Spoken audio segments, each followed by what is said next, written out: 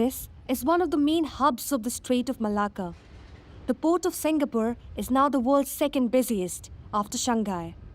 A crucial gateway linking Asia to the West, handling nearly 41 million containers each year.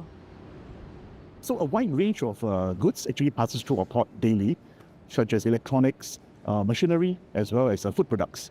We are also actually a major hub for energy products, such as petroleum and liquefied natural gas. And Singapore has always been a major trade route, a key node in a major trade route in the region. There are close to more than 200 shipping lines, global shipping lines, that connect us to more than 600 ports in the world. 60 years after its independence from Malaysia, Singapore has evolved from a small fishing village in the 1950s to a thriving global metropolis. With a territory half the size of London, the country now has the highest GDP per capita in Asia. With no tax on dividends, low corporate tax rates, Singapore is the fourth largest financial center in the world, an El Dorado for multinationals. Singapore was built thanks to waves of Asian migration in the 19th century.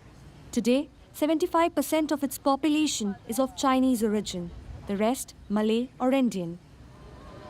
In the city-state's main museum, the national narrative celebrates figures from a bygone era, like the rickshaw puller.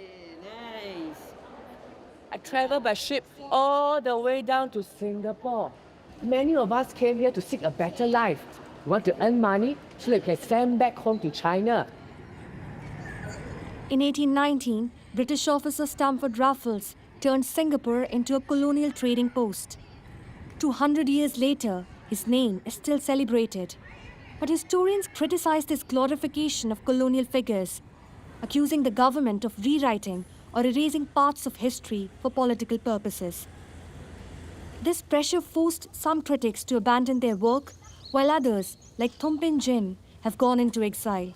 The historian settled in Kyoto after exposing the arbitrary detentions of hundreds of people by the government during the Cold War.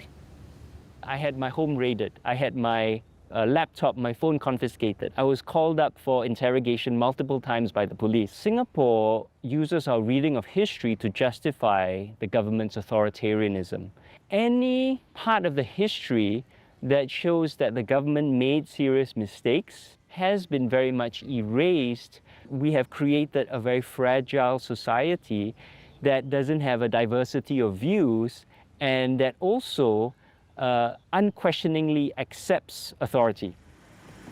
Behind Singapore's tall buildings and luxurious facades, 1 million migrant workers do the hard jobs that keep the city running. They build the towers, roads, clean the homes, and make up 30% of the country's workforce.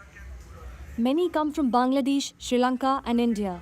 They work in tough conditions for wages 12 times lower than what locals earn. Yes, no problem. When working shipyard, say dormitory, right? How many people sleeping together in the dormitory? 14 men. When accident happened at the shipyard, company give the treatment? Sometimes company give treatment, sometimes company no help them.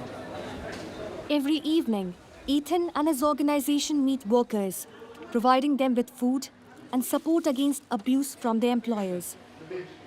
They often have to pay really, really high recruitment fees, as high as 20,000 Singapore dollars. Whatever unreasonable thing that the employer asks them to do, they will follow. And in fact, in the past couple of years, we had like a record high number of fatalities, meaning workers who lost their lives. Despite having the protections in place, the actual enforcement of the protections are not there. Singapore, a temple of ultra-performance wrapped in a democratic illusion. Since 1965, the People's Action Party has remained in power without interruption. An illiberal democracy where human rights defenders, especially those opposing the death penalty, are targeted by the government, prosecuted for misinformation or defamation. Hong Lim Park is the only place where demonstrations are allowed. For human rights activist Kirsten Han, it is the very symbol of state control. Singapore is a very punitive country, so you will see it in schools in the way that children are taught. You will see it in the workplace, the way that workers are sort of monitored by their bosses. And I think the death penalty is just the most extreme and obvious version of that. There were some things that we did 15 years ago that we would be investigated for today, but we weren't back then. Like this party has been in power with successive governments since 1959. They're not used to people disagreeing. They're not used to people saying no. They're not used to people resisting. In May 2025, the ruling party reaffirmed its popularity, securing 87 of the parliament's 97 seats. Dissenting voices struggle to exist in a democracy under constant surveillance.